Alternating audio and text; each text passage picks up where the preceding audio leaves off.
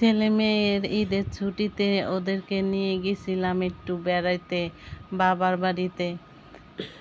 ওইখানে যে কয়দিন থাকছিলাম, বাসায় এসে দেখি সব ঘর দুয়ার, বিছনাপাতি, খাট সব নোংরা হয়ে আছে ধুলা বালুতে। আমার খাটের এই ডিজাইনের ভিতর দিয়ে অনেক বালু হয়ে আছে। কাপড় দিয়ে মুছলেও এই বালু পরিষ্কার হবে না, তার জন্য আমি একটা ব্রাশ দিয়ে ভালোভাবে পরিষ্কার করতেছি।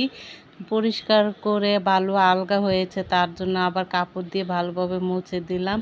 ভালো দেখে একটা চাদরও বিছালাম। আমি কোথাও বেড়াতে গেলে কদিনের জন্য, পরে আবার বাসায় এসে আমি বিছনার চাদর কভার সব কিছু আমি চেঞ্জ করি। আমার ভিডিওটি যদি আপনাদের কাছে ভালো লাগে, লাইক শেয়ার করে দিবেন আর ফলো দিয়ে আমার পেজের পাশে থাকবেন।